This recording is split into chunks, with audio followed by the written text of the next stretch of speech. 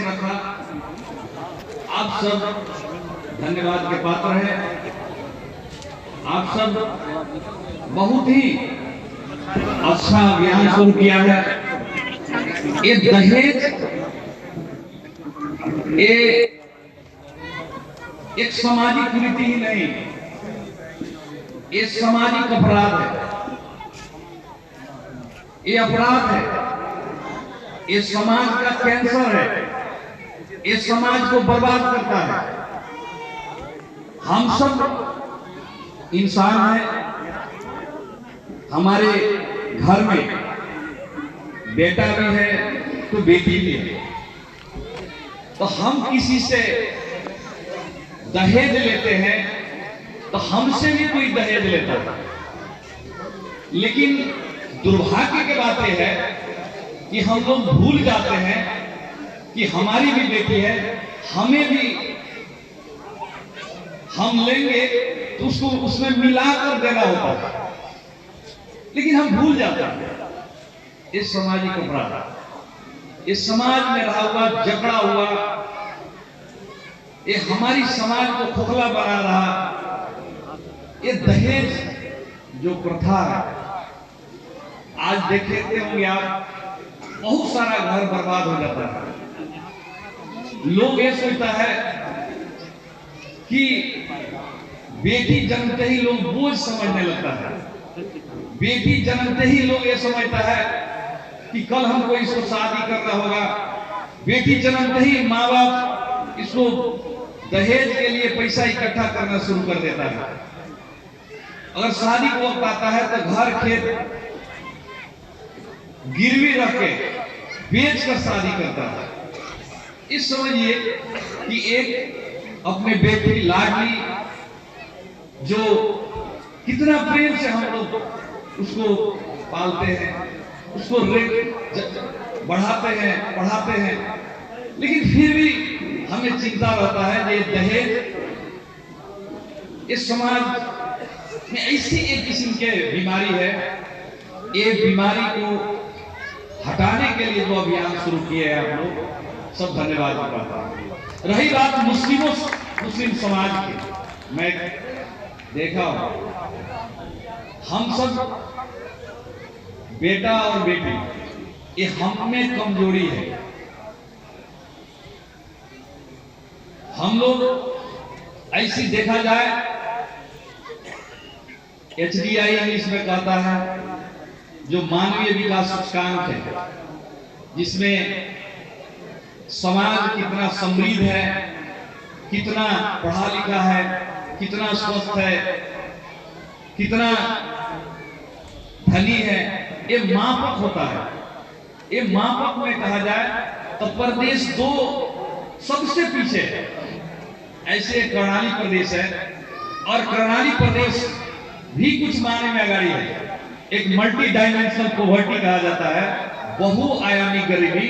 तो बहुआयामी गरीबी में नेपाल के सबसे पिछड़ा एक प्रदेश है। जहां तक रही बात मुसलमानों के, तो मुसलमानों की अवस्था दलितों से बेहतर नहीं है। दलित और मुस्लिम करीब करीब वैसा ही है, करीब करीब वही हाराहारी में है। लेकिन कुछ माने में तो दलित के चेतना मुस्लिमों से आगाड़ी है। आज उनकी जो चेतना का स्तर है, उनका जो शिक्षा का स्तर है, मुसलमानों से आगाड़ी जा रहा है। हो सकता है हमारे बीच के हमारे कुछ लोग, हो सकता है डॉक्टर होंगे, इंजीनियर होंगे, कुछ ऑफिसर होंगे, लेकिन समग्र मुस्लिम समाज की अवस्था देखा जाए तो सबसे पीछे है। और हम लोग जब ये अवस्था को नहीं सुधार करेंगे, हम लोग इसमें बदलाव नहीं लाएंगे, तो समाज हमारी और पीछे रहेगा। इसलिए मेरा ये मानना है कि हम लोग ये बेटी को बोझ नहीं समझें। जब तक हम लोग अपने महिलाओं के, जब तक हम अपने हमारे समाज में आधा हिस्सा रहा जो हमारी समाज के आधा अंग के रूप में रहा महिला को, जब तक हम उसके परिवार के और समाज के आर्थिक गतिविधि में उसको हम लोग सहभागी नहीं कराएंगे, जब तक हम सरकारी जागीर हो या अन्य किस्म के जो जागीर है उसमें हम लोग नहीं उसको समावेश कराते हैं, तो समाज की अवस्था नहीं सुधरेगी। इसके लिए हमें शिक्षा पर जोर देना होगा, हमें अपने बेटी और बेटा को पढ़ाना होगा। मैं हर मंच पर कहता हूं कि हम लोग खास करके मुस्लिम समाज में बहुत बड़ा कमजोरी है कि हम लोग बेटा और बेटी को जो शिक्षा में हमें जोड़ देना चाहिए, हो सकता है हमारे बीच में मैं कह दिया कि डॉक्टर, इंजीनियर, कुछ ऑफिसर होंगे, कुछ वकील होंगे, लेकिन जितनी तादाद में हम हैं, जितनी जनसंख्या में हम हैं, वो तादाद में हम अपने बेटा और अपने बेटियों को नहीं पढ़ाते। हमारी हकीकत है, ये वास्तविकता है। तो इसलिए हमें अपना बेटा और बेटियों को अच्छा तालीम दे, पढ़ाए, मदरसों में पढ़ाएं। दुनियावी तालीम के लिए दीनी और दुनियावी दोनों जरूरी है। दीनी तालीम आज मिल रहा है मदरसा से, दुनियावी तालीम स्कूल से। तो मैं ये कहूंगा, प्रदेश सरकार की इच्छा है कि हर मदरसा में उर्दू अरबी के साथ साथ वहां अंग्रेजी हो, साइंस हो, मैथ हो, अन्य सब्जेक्ट भी हो, और मदरसा से निकले बच्चा तो वो एक अच्छा स्टूडेंट बने। अगर वो पढ़ना चाहता है, अगर मेडिकल लाइन में जाना चाहता है तो मेडिकल लाइन में जाए, और अन्य सेवा में जाना चाहता है और सरकारी जागीर में तो उसको इजी मिले, और मदरसा के शिक्षा के मान्यता हो। प्रदेश सरकार इस पर गंभीर है, प्रदेश सरकार लगा हुआ है। इंशाअल्लाह आने वाला दिन में जरूर हम लोग कामयाबी प्राप्त हासिल करेंगे। रही बात, मैं हर मन से कहता हूं कि हम लोग क्या करते हैं मुसलमानों में, खास करके, हो सकता है मेरे तरफ ज्यादा है, यहाँ कम होगा या नहीं होगा, मैं ज्यादा नहीं, मैं बताऊं क्या होता है कि हम अपने बच्चों को क्या करते हैं, बच्चियों को क्या करते हैं कि स्कूल मदरसा में भेजने से बेटर हम लोग ये समझते हैं कि ये घर के काम करें, बकरी, भैंस, गाय ये चराने के लिए भेज देते हैं। दर्जे वो सीने, कपड़ा सीने वाला जो उसमें हम लोग लगा देते हैं। हम लोग ये भूल जाते हैं कि शिक्षा सबसे, अगर समाज को रूपांतरण करना है, समाज को परिवर्तन करना है, समाज को बदलाव लाना है, तो हमें शिक्षा पर जोर देना है। हमें समाज को अगर बदलना है तो हमें अपने बच्चों को, हमें खुद अपने आप को शिक्षित बनाना होगा। तो मान लीजिए कि जो बड़े हैं वो अच्छे तालीम नहीं ले पाए, वो नहीं पढ़ पाए, लेकिन वो पढ़ा सकते हैं, अपने बच्चों को पढ़ा सकते हैं, अपने बच्चियों को पढ़ा सकते हैं। हमारी कमजोरी ये है, हम जितनी तादाद में हैं, एक प्रदेश में एक मेजॉरिटी कम्युनिटी में मुस्लिम कम्युनिटी है। मेजॉरिटी कहा जाए दलित 18% है, तो दलित के बाद एक कोई लार्जर कम्युनिटी है तो मुस्लिम कम्युनिटी है। लेकिन हम पीछे हैं, वो हिसाब से हमारी शिक्षा का स्तर बहुत कम पीछे है, स्वास्थ्य की अवस्था बहुत पीछे है, गरीबी तो है ही है, बेरोजगारी तो है ही है। इसलिए अब प्रदेश सरकार बेटी पढ़ाओ बेटी बचाओ का अभियान लेकर आया। पढ़ाओ, एजुकेशन इज फर्स्ट है, एजुकेशन पहला है। दुनिया के जितना भी आप मुल्क देखेंगे जो समृद्ध मुल्क है, विकसित मुल्क है, जो आगाड़ी बढ़ा मुल्क है, तो वहां देखेंगे कि वहां शिक्षा सबसे ज्यादा है। जिस मुल्क में शिक्षा का स्तर सबसे अच्छा है वो मुल्क आज समृद्ध और विकसित है।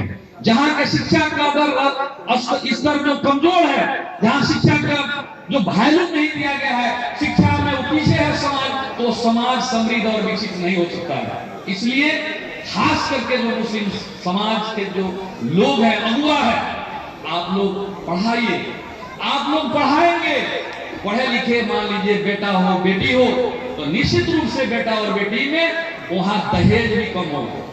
वहां दहेज का समस्या है, वो दहेज की समस्या इसलिए भी है कि वहां अशिक्षा है। मुस्लिम समाज में मैं आज भी देखता हूं, कुछ परिवार है जो इनिशिएशन ले रहे हैं, कुछ परिवार है जो दहेज लेना और देना दोनों के खिलाफ में है। लेकिन ये नहीं, हम सबको इस पर एक दिल से, हमें मन से इस पर प्रतिबद्धता जाहिर करना होगा कि हम आज से दहेज न लेंगे न देंगे, ये आज से कमिटमेंट करना होगा। मैं आप लोगों से, ये मंच से, बहुत सारा समाज के अगुआ लोग हैं, मैं आपसे हाथ उठाकर, मैं हाथ उठाइए और कहिए कि हम जितना है यहाँ पर, यहीं से अभियान हम लोग शुरू करें। उठाइए, तो कितना उठाते हैं? हम लोग जितना है, बूढ़े हैं वो अपने नाती पोता अगुवाई करेंगे, जो जवान है अपने बेटा और बेटियों के, जो युवा है वो कहेंगे आज से हम दहेज लेंगे ना देंगे, है ना, नहीं लेंगे नहीं देंगे। यहीं से हम लोग अभियान शुरू करें। और मैं कहता हूं सदर साहब और हमारे जो अगुआ है जो अभियान में लगे हैं, ये आज ये धनुषा के एक जगह से घोषणा पत्र जारी करें, ये घोषणा पत्र जारी करें। ये घोषणा पत्र एक प्रदेश के 8 जिला में यहाँ कॉन्फ्रेंस हुआ था। ये शख्सियत आए थे, एक सुझाव दिए थे कि आज हम सब एक अभियान के रूप में शुरू करें। हम सिर्फ यहाँ एक जगह में कार्यक्रम से नहीं होगा। जिस दर्जा के, जिस मुकाम के जो विद्वान लोगों के गैदरिंग है, तो मुझे लगता है ये मैसेज सिर्फ ये गांव पालिका, ये आपको ये चारनाथ, ये नगर पालिका में ही नहीं, ये पूरे जिला में ही नहीं, ये 8 जिला और 8 जिला में नहीं, ये मैसेज 75 नेपाल के जो 77 जिला है, ये 77 जिला में जाना चाहिए कि ये अभियान यहाँ के लोग प्रतिबद्ध हो चुके हैं। हम लोग न दहेज लेंगे न दहेज देंगे। ये कसम खाकर हम लोग आज शपथ लिए हैं कि हम लोग आज से ये कार्यक्रम में ये हम लोग जहां जाएंगे वहां ये मैसेज देंगे कि हम लोग न दहेज लेंगे न दहेज देंगे।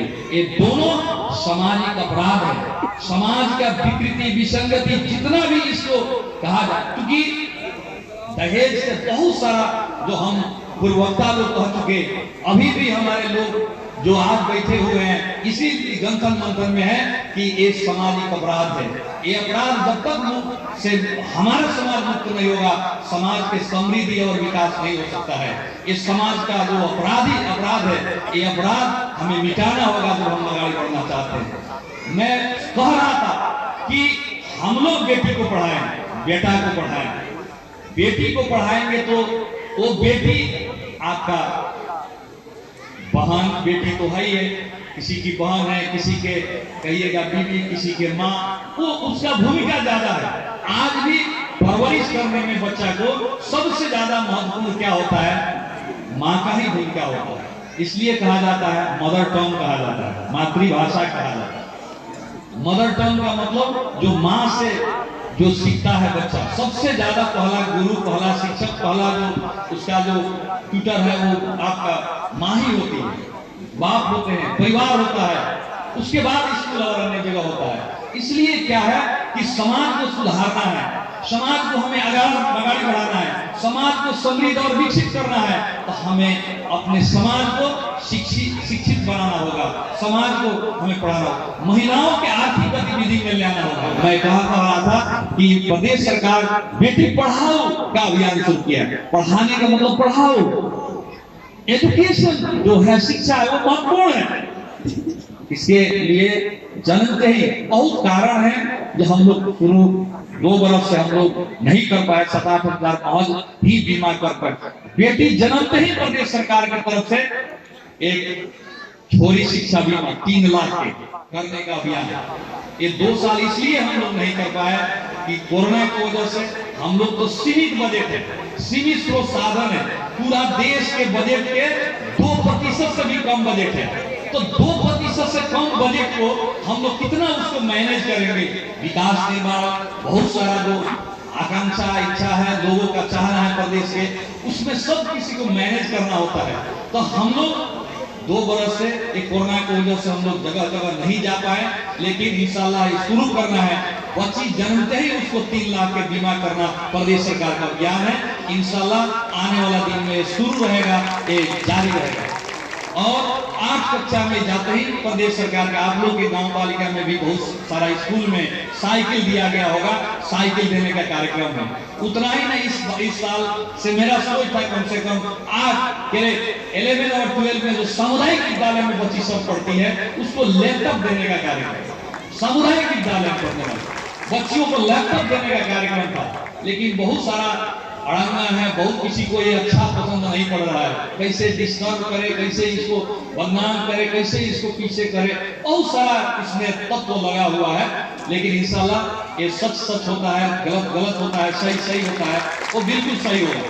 इसके साथ साथ मेरा लोक सेवा के कक्षा संचालन, लोक सेवा के गांव-गांव में कक्षा संचालन करने का अभियान अब हम लोग शुरू किए हैं। ये बेटी को हम लोग पढ़ा देते हैं, इंटरमीडिएट, बैचलर, मास्टर डिग्री कर लेती है, लेकिन लोक सेवा के लिए वो कंपटीशन पास करने के लिए उसमें कॉम्पिटेंसी चाहिए, उसमें क्षमता चाहिए और सारा चीज जानना होता है।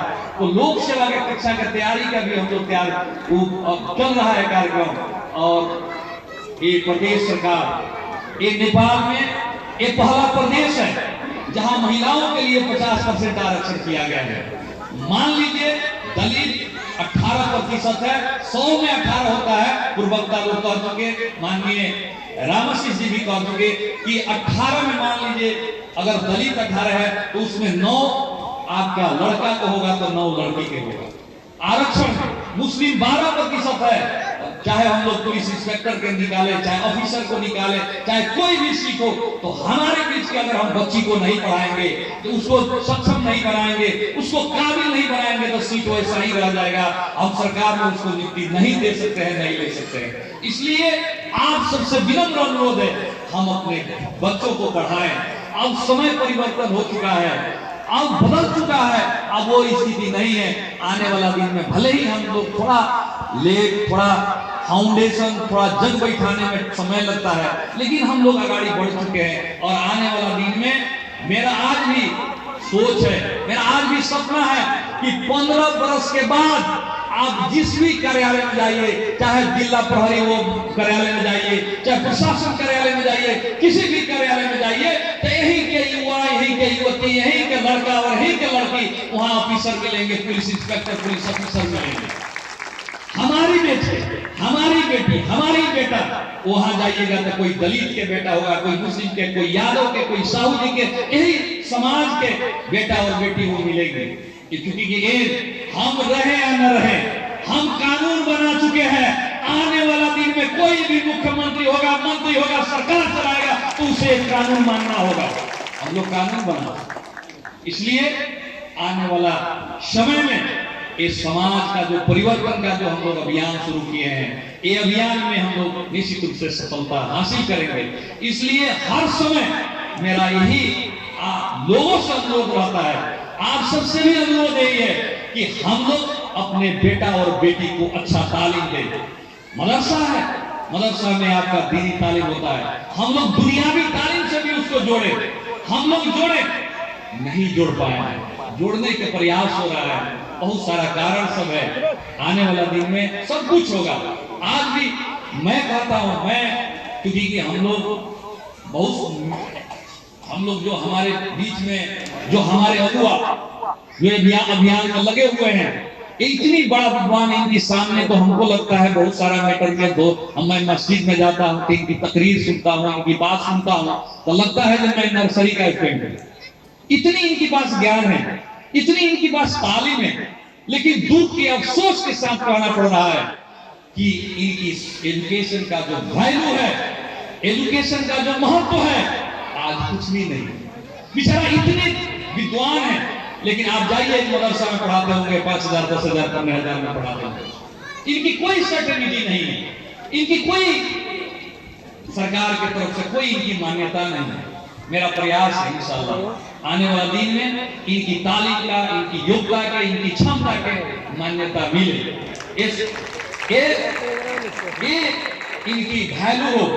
ये मदरसा है जो अन्य स्कूल जैसे सरकार की तरफ से अन्य सहयोग आता है, वो बनाने के लिए, चलाने के लिए, कुछ यहाँ टीचरों के व्यवस्थापन के लिए निश्चित रूप से इसको भी मिले, ये मेरा प्रयास है। आज बहुत सारा स्कूल में क्या यहाँ पढ़ने वाला लोग, क्या यहाँ पढ़ने वाला बच्चा, क्या नेपाल में रहने वाला जो मतदाता है, करदाता है, उसका बच्चा यहाँ नहीं पढ़ता है?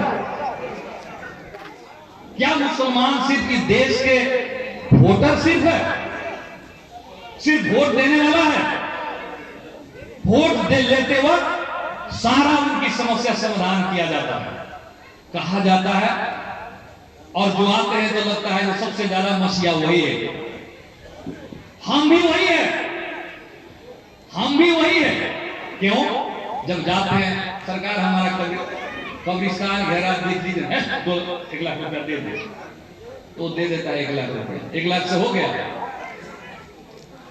कोई जाता है मतलब देखिए ना हमारा मदरसा का ये दीवार टूट गया, 50,000 दे, तो 50,000 1 लाख में हम लोग खुद आकलन नहीं कर पाते हैं कि हमारे पक्ष में लड़ने वाला पार्टी कौन है, हमारे लिए लड़ने वाला संगठन कौन है, हम भूल जाते।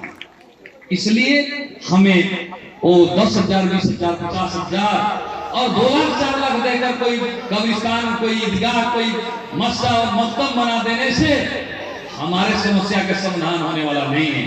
हमारा समस्या का समाधान तब होगा जब हमारे समाज में रहा हुआ जो हमारी कमजोरी के हटाने के लिए, जो हम में रहा हुआ, हम पर जो विभेद होता आया हुआ है, हमसे जो भेदभाव होता आया हुआ है, हम पर जो दमन होता आया हुआ है, हमसे जो सामाजिक रूप से जो हमें बहिष्कृत किया जाता है, वो समाज में समानता का अधिकार जब तक हमें नहीं मिलेगा तो निश्चित रूप से हमें वो दर्जा प्राप्त नहीं हो सकता। इसलिए तभी ये दिमाग में आएगा कि हमारे साथ कहां भेदभाव हो रहा है, नहीं हो रहा है, जब हम पढ़ेंगे, हमारे अपने बच्चों को पढ़ाएंगे, अपने बच्चियों को पढ़ाएंगे, उससे आगे बढ़ाएंगे, तब हमें ये चेतना आएगा, तब हमें सोच होगा ये सिर्फ है जरूरी है कब्रिस्तान घर पर, क्योंकि कल के दिन में जमीन ज्यादा था, आदमी कम थे, अब धीरे धीरे आदमी संख्या, जनसंख्या ज्यादा है, जगह जगह पर वो जगह कम पड़ रहा है। कब्रिस्तान, ईदगाह है, वो भी आजकल जब तक हम शिफ्ट नहीं करेंगे वो भी जगह सुरक्षित नहीं रह पाता है, मजबूरी है। ये है मदरसा चलाने के लिए भी सहयोग चाहिए, लेकिन जब तक ये पूरी समस्या का समाधान सरकारी स्तर पर नहीं होगा, गवर्नमेंट के स्तर पर जब तक नहीं होगा, समस्या का समाधान नहीं हो सकता। इसके लिए हमें सब अपने जगह से प्रयास करना होगा। मुझे बहुत खुशी लगा कि आज इतनी बड़ा महत्वपूर्ण टॉपिक पर आप लोगों ने छलफल कराया, डिस्कशन कराया, बहस कराया, और मुझे लगता है ये यही पर सीमित मत रखिए, इसको जगह जगह पर पहुंचाइए, जगह जगह पर इस मैसेज को दीजिए, और आज से एक घोषणा पत्र जारी कीजिए, उसमें प्रतिबद्धता जाहिर कीजिए। हम लोग तो शपथ ले लिए भाई, ये हम लोग ना दहेज लेंगे ना दहेज देंगे, युवा है वो भी, वो दहेज लेंगे ना दहेज देंगे, नहीं तो यहाँ से गए वो लोग चिल्ला रहा था क्या है, इतना खर्चा करके बेटा का पढ़ाने वाले, बाप रे बाप, पूरे घोड़ा के खेत बेच दे रहे, इतना लड़का के काबिल बनौले वाली, बिना दहेज के शादी करे, बात बुझाता है। बच्चा था वो, बच्चा पूरा बच्चा पोस के रख ले वाले, ओकर भाव पूरा अलगे लगावे के समय आएगा।